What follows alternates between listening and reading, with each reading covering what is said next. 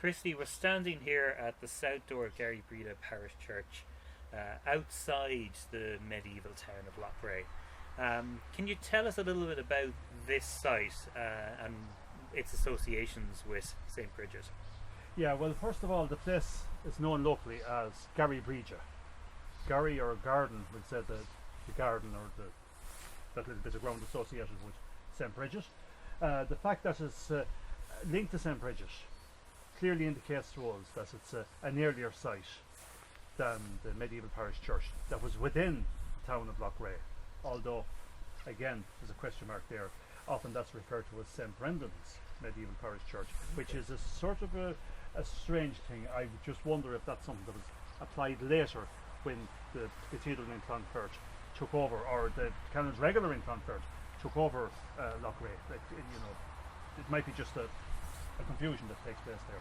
But what's important here is that the site here was linked to St. Brigid. As you say, it's outside the medieval boundaries, outside the medieval town or borough of Loughrea, which suggests that it's a Gaelic site outside the town. It also suggests that it's a much earlier site that linked to St. Brigid. Not necessarily the Brigid was here, but just the notion that it was a place that had some sort of a link to Brigid herself in some form or shape, whether it was something that was applied here within the community. But we have Garrybreeda here, we have a parish church developing around it, so we're looking at something that's probably early medieval. There was probably an early medieval monastic site here, and then across the road we have this area, or this well known as St. Brigid's Well. Now the well itself is much later, but it's St. Brigid's Well. Yes. And most wells, when we look at them, if they're upstanding, it usually is the later period that we see. But the wells can be much earlier in there. And of course the other marvellous thing when we talk about Brigid and Loughrea is this wonderful shrine, this silver shrine that was here in Loughrea, possibly made here in Loughrea, to hold St. Brigid's shoe, the shrine for St. Brigid's shoe, which is in the museum now. And you have all of these links to Brigid. So obviously there was some form of Brigidine cult taking place here in Loughrea in the past. Okay, that's quite interesting that St. Brigid is associated here with Galway, and that we have this site just outside the main town. What can we say about the remains of the building that is here today? Yes, there's no doubt about it, but there was a stone church here in the 12th, 13th century, and part of this building may be 12th or 13th century, but there's no dressed fabric here that'll tell us that. And how we read churches, if you like, is to look at the tooling that we find on the actual masonry itself. Now, this here is modern. This was imported here at some stage in the 20th century to do up this doorway. But if we look at the top here, if we look at the actual pointed gable here, this clearly tells us that this is late medieval. In other words, it's 15th or 16th century in date. We see a very fine moulding there of that period. It's also in the south wall. If this was a 12th century church, we'd expect the doorway to be in the west. In the 13th century, they began to develop into the south wall. Okay. So we're getting these slightly different pattern of building, but this is clearly late medieval. The window that's in the west here was a double light ogee-headed window. In other words, that's one with that sort of candle shape at the top of it, that peculiar little ogee that you get. So everything here speaks late medieval. And of course there's this beautiful corbel carving just outside the doorway here. Do we know much about this? What might it be representing? Well, first of all, it actually has a knight's head carved in it. Okay. So it's interesting in that sense. You can just see the helmet here. It's a form of bassinet, which is not the pointed bassinet that we find in Kilcorban or that we find in Clonfert or that. It's a flatter type of helmet. But you can see the helmet here itself. You can see a little bit of the guard that comes down over the forehead here and that. I'm not sure. The nose is damaged, so I don't think there's a guard piece over the nose. There may actually be. That could be part of the guard piece. But you can clearly see the pieces coming down over the ears here to protect the side of the face. So it's a knight's head. It's on a corbel. It's on the underside of the corbel.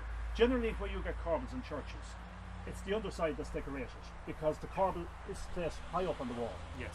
Now, the place you would expect to find a corbel, generally, is on the corners of the church, on the four corners. You could find four corbels.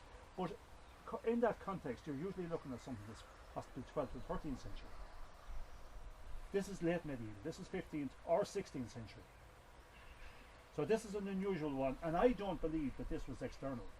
I think this one was internal, because one of the things that you find, certainly here in County Galway, when you examine the churches closely, is that by the late medieval period, there were priest quarters built inside the churches. So the priest lived in the west end of the church, normally, and that can be, those priest quarters can be in different forms. Some can actually be attachments to the side of the church with a vaulted roof, barrel vaulted roof built on the wicker century. Some can actually be stone vaults inside in the west end of the church, and others then can simply be wooden floors supported on corbels. And I think that's what we have here. I think that this was possibly either embedded in the west gable or in one of the long walls here, either the north or the south wall, and that it would have had the corresponding series of corbels. Whether they were carved or not, I don't know, but I think this was an internal corbel for supporting the oak timbers to support the upstairs sleeping quarters for the priest. Okay. Of course, the west gable is gone, so we don't have the evidence, and this church has been restored on so many occasions that we have also lost the evidence with the sockets and that will be in the wall. I think it probably goes to show that even though these are medieval sites, that they're constantly evolving with the communities. And as we say, we may have an early site that was a monastic site here, which develops into a 12th to 13th century church, which develops into a 15th century church, and then this is the modern remains of that building as it evolves through time and with the community itself. So these are constantly living buildings. Absolutely, and this is one of the problems for, if you like, the medieval church historian or archaeologist or architect is looking at them, is to try and follow that movement and the changes that occur over time. Sometimes you can't. Sometimes you're just not going to see the evidence.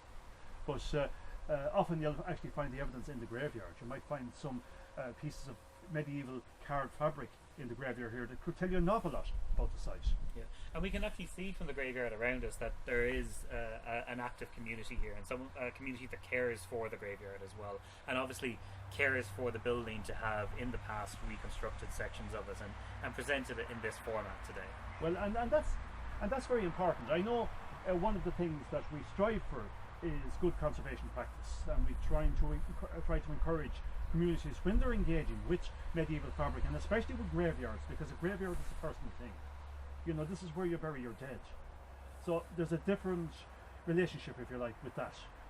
It's not possibly like a ring fort out in the field that's almost, that's a place for the fairy folk or whatever else.